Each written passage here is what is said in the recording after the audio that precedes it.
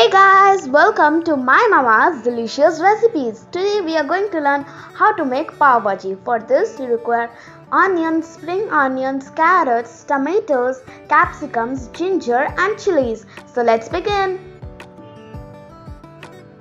So first oil is put on a kadhai and it is allowed to heat for 5 minutes. Once the oil is heated, ginger and chilies are added. You can even add garlic if possible, because here we had not added it, so you can add if you want to add it. Once ginger and chilies are added, onions are also added. These onions are medium chopped. You can even make them rather thinner or more thicker. It's according to your choice. Now fry it for some time and stir it continuously without leaving it to stir itself. Now add some spring onions, capsicums and also stir it continuously. Now add some carrots to the mixture. You can see how colorful it is looking. And the smell while doing this is also awesome.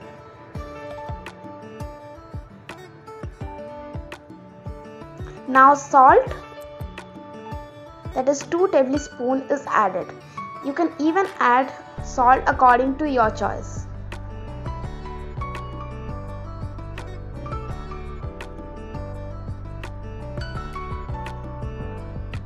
Now 2 tablespoons of curry powder is also added.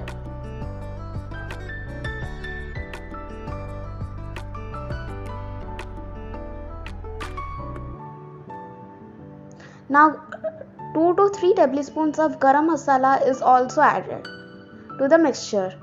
This will make the mixture a little bit more spicier, so you can add it to according to your choice.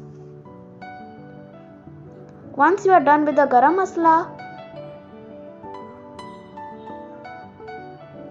we have to add the tomatoes to the mixture. You can look how colorful it is, and while doing it the smell is also awesome. So I think guys you should try it.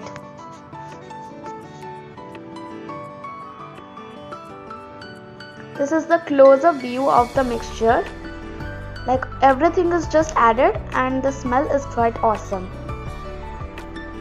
Now on the other side, on a tawa, breads are added so that you can even toast it with butter or without butter. So here we are doing it without butter, so it's according to your choice. Now once the bread are done, we have to turn on to the other side and mashed potatoes are added to the mixture. So it's going to be the last step of this mixture, and once the mashed potatoes are added, the recipe is done. These are mashed boiled potatoes and chaat masala is also added.